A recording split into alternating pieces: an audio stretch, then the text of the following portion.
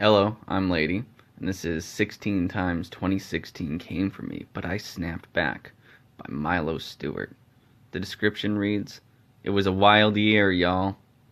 Now, for artistic integrity, I'm going to leave the irrelevant cold open, and then we'll get into the 16 times 2016 came for Milo. Oh, hello. Hi. Wow, okay. Taking a bath in swimming trunks or shorts is interesting. Alright, let's see what this bath bomb looks like, and I'm gonna Snapchat it. Great. I get scared about using bath bombs because I'm afraid that it's gonna look like piss or like poopy water. Why do they make yellow bath bombs? I don't get it. This smells so nice. But it's kind of just turning the water cloudy. Alright, now that was difficult to watch, but at least it was apolitical. It's going to get very bad if you're new to Milo. Here are 16 times that 2016 came for me, but I snapped back. My year started off with a lot of YouTube drama and harassment because I said some controversial things online. What a shocker. But then I got invited to VidCon as a featured creator for the first time ever. I don't hate Milo Stewart, but they are someone I would describe as hateable. Now, this has been fine so far as Milo goes. Like, she hasn't tried to call herself a man yet. But at some point, she is going to claim that she is a man. And all of this becomes infinitely more hateable. Did an original oratory at Speech and Debate National Qualifiers, where a couple people on my team were absolute jerks to me and kind of harassed me, but then I snapped back and I qualified to go to nationals and had a really great time at nationals. My high school. As always, I don't have any evidence for the claim I'm about to make, but I know a lot of people like Milo, and a lot of people hate people like Milo. So I have a feeling that maybe she was the problem and not her teammates. People wanted to drain my bank account by charging me over $100 to go to prom, but then I went to 2 proms looking hella fly for $15 total. Spoiler alert, none of the 16 hurdles that Milo Stewart had to overcome in 2016 are at all of any significance. They're not tragic, no one was in any danger, and I think that is a recurring theme throughout Milo's life. She has 2 parents who love her, they have tons of money. Look at the place she's in right now. I've never been in a bath that looks that nice. She comes from a wealthy family that loves her. So I don't know what's wrong with her. Usually these kinds of people were molested, and I don't think she was molested. This is armchair psychology. This is like Arrested Development, because she's very childish. Something, I don't know. I want help for her. I just wish people wouldn't placate her delusions.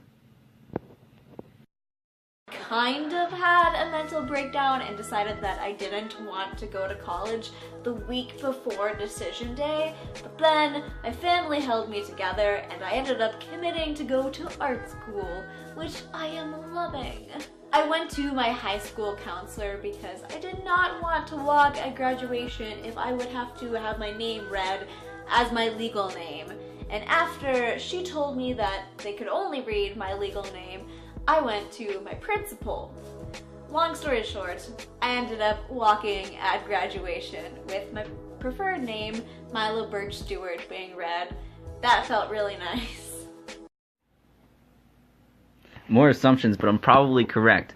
Look, Milo, the hurdle that they overcame is that someone wouldn't do what she wanted them to do, and she was able to exert power over them. Probably threatened to get them fired, and now they said her made up name instead of her birth name. Like, and that's what she got the fuzzies from. It felt good to have power over people, to make them do what I want them to do. 2016 did a lot to try to hurt the LGBT plus community, including the really terrible attack at Pulse, but the community came together and mourned and was able to celebrate Pride, even though we were all feeling a lot of pain. Then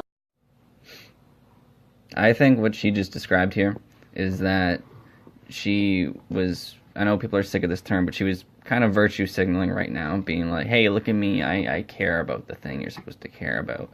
And the fact that when that bad thing happened, that we're not going to say was Muslim extremists, happened, everyone virtue signaled. They got together, they changed their Facebook profile picture to have a gay flag over it.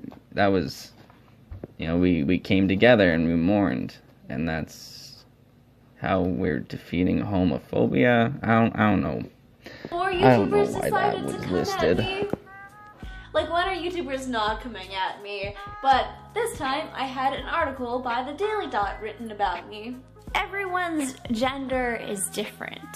There are infinitely many genders because no one experiences their gender in the exact same way. I responded super passive-aggressively to a particular YouTuber who does not believe in the existence of non-binary genders.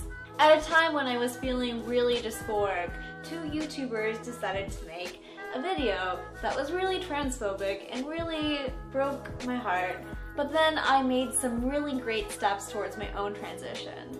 I have 90 packets of androgel sitting in my apartment, which is weird.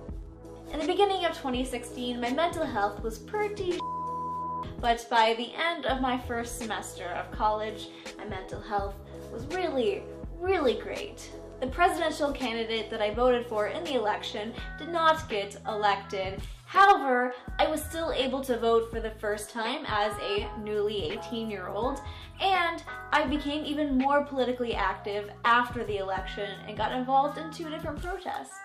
Facebook deactivated my account, which was really hard to get back because of Facebook's authentic name policy, but I eventually got it back and posted this really cute selfie. The pair of Vans that I loved and wore for 2.5 years finally gave out, but then I got these super cute shoes for Christmas. Thank you, Mom and Dad. People are constantly telling me that social justice warriors are killing comedy, but I won a game of Cards Against Humanity against 3 people who vehemently disagree with social justice.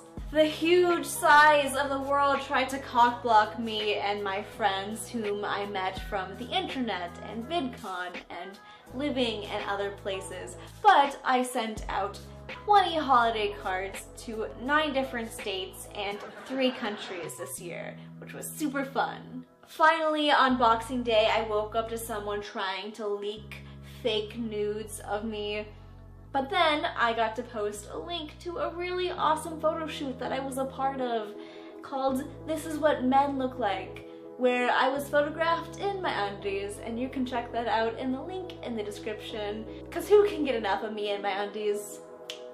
Thank you for watching. I hope that you have a great New Year's, and I hope that 2017 is better than 2016 was for you. Peace! Because this girl is not a victim and lived a wonderful life with parents that love her, who had money and gave her everything she ever wanted, including sending her to art school, which really now sounds just like fucking daycare for your dumbass, fucked up, tranny kids. Like, these hurdles are ridiculous. One of them is that she wanted tranny jail, couldn't get it, then got it. Hurdle overcome. Boom. That's 2016 coming for her and her snapping back. These are not the problems of someone who has actually had to get kicked in the face and called a faggot. Because when you have that happen to you, you gain some self-awareness. This person is completely unaware of themselves, of reality. There are not infinite genders. You're not a man, Milo. This is not what a man looks like. This is not what a man does. And I'm a faggot. but I actually have a penis and all the hormones going through my body that make me a man. I wouldn't even call myself a man.